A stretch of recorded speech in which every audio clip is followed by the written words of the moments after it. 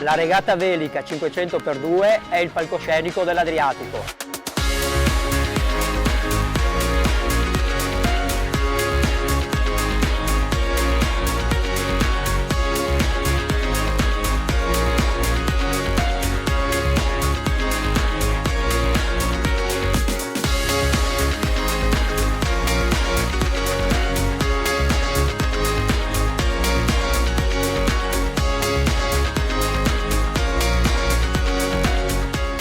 I sapori di Caorle sono lo specchio di Caorle.